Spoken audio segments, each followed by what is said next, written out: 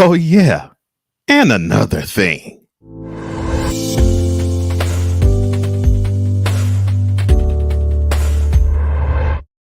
Selection Sunday is upon us once again, and yes, so is daylight savings time. But I really don't want to focus on who's going to go where, if they're going to go to the NCAA tournament or NIT, or who's going to be in line for the number one seeds and the men's and the women's bracket. I mean, we pretty much know in the men's bracket, it's a foregone conclusion that Gonzaga is going to be the overall number one seed.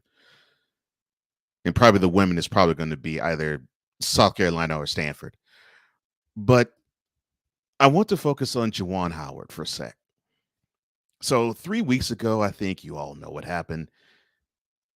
The team traveled to Madison to play Wisconsin, and the Badgers handed the Wolverines a good time butt whooping. But a funny thing happened toward the end of that game. A timeout that was called with under a minute to go set Juwan Howard, the head coach of the Michigan Wolverines, off. And during the post game, he had some choice words with the Wisconsin head coach, Greg Gard, and tensions were getting a little bit heated. So you started to see people pull the two men away. Then all of a sudden, a Wisconsin assistant head coach got swung on by Howard. Now, I wanted to have time to just lay out and not really comment on it because I wanted to digest all of what happened and talk about it from a more reserved mindset and point of view. Because on the surface, you would think, well, a head coach with that type of hot-headed temper, yeah, he needs to go now. But remember, he coaches in the same conference that used to laud the antics, the temperament, and quite frankly, the outward temper tantrums of one Bob Knight, the head coach of Indiana. Yes, the same one who at one point during the mid 1980s took a chair and hurled it across the floor. Yeah. And who later on choked the player in practice.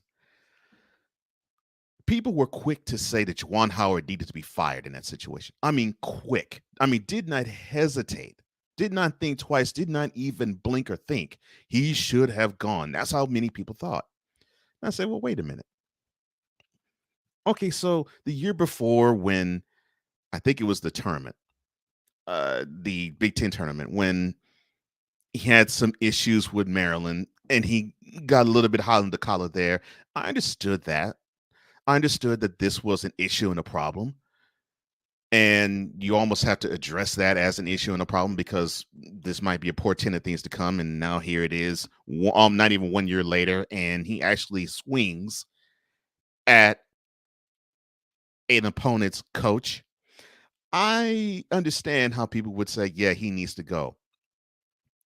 But Juwan didn't need to go. But what he did need was what he received, which was a suspension for the rest of the regular season, which entailed in 5 games, 4 of which were at home. And just like a young team, because they were 14-10, oh, I'm sorry, 14-11 when Juwan got the boot, they were up and down and temperamental, and they needed to hone in and get themselves some type of chemistry. Understood.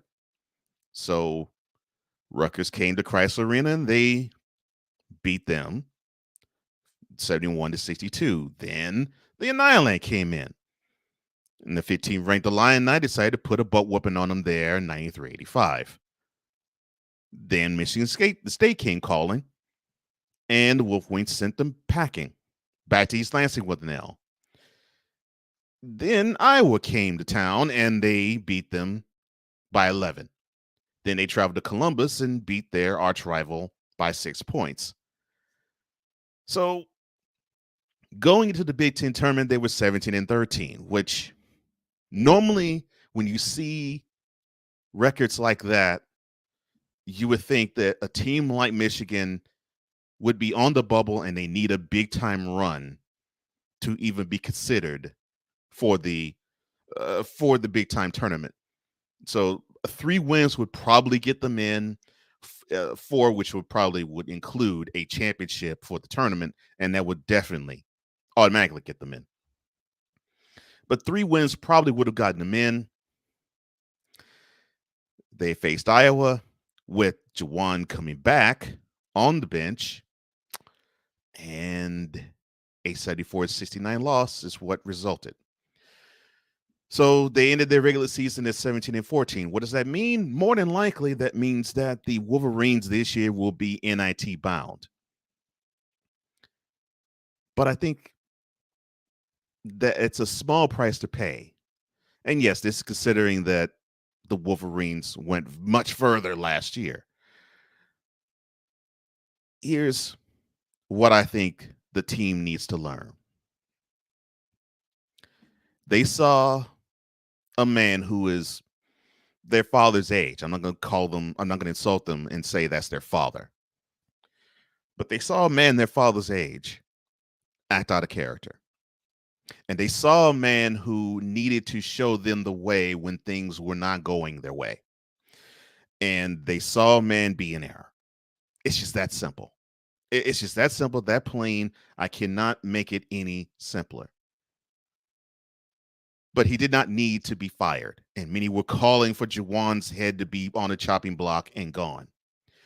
If you're going to excuse behavior, that of which of Bob Knight, you would have to excuse the same behavior of Juwan Howard. It's just that simple. So the suspension was warranted, and the suspension was fine, and it caused people to have to think about what he wanted to do in terms of going forward and how he had to lead his troops going forward. And those young men had to learn at the same time, when you become a leader at some point, you can't haul off and smack somebody upside the head yourself. After all, Mr. Howard was once one of you. In fact, he wore the same jersey as you 30 years ago. So if one of them were to happen to become the head coach like Juwan Howard did 30 years later, from player to head coach, then they would have to learn, well, I cannot be this way around the young men that I lead, because that's impressionable upon them. They will take this thought in mind and they'd say, okay, well, to handle the situation, even if I get suspended or not, I need to just simply whap somebody upside the head.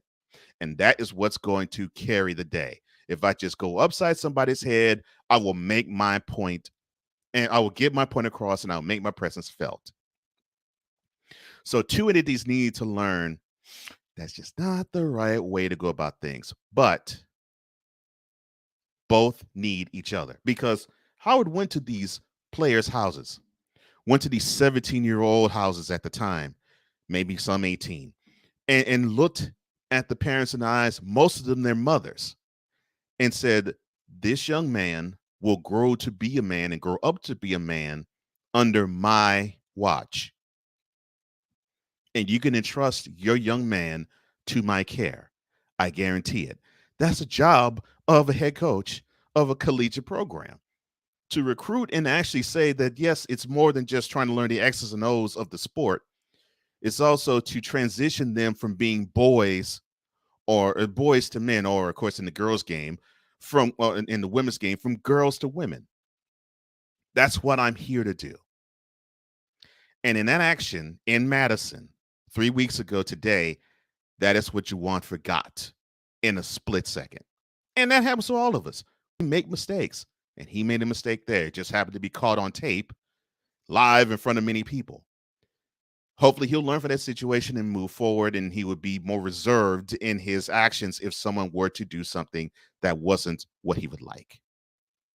And hopefully the men will learn under him will learn the same lesson. Thank you so much for tuning in. I'll see you next time.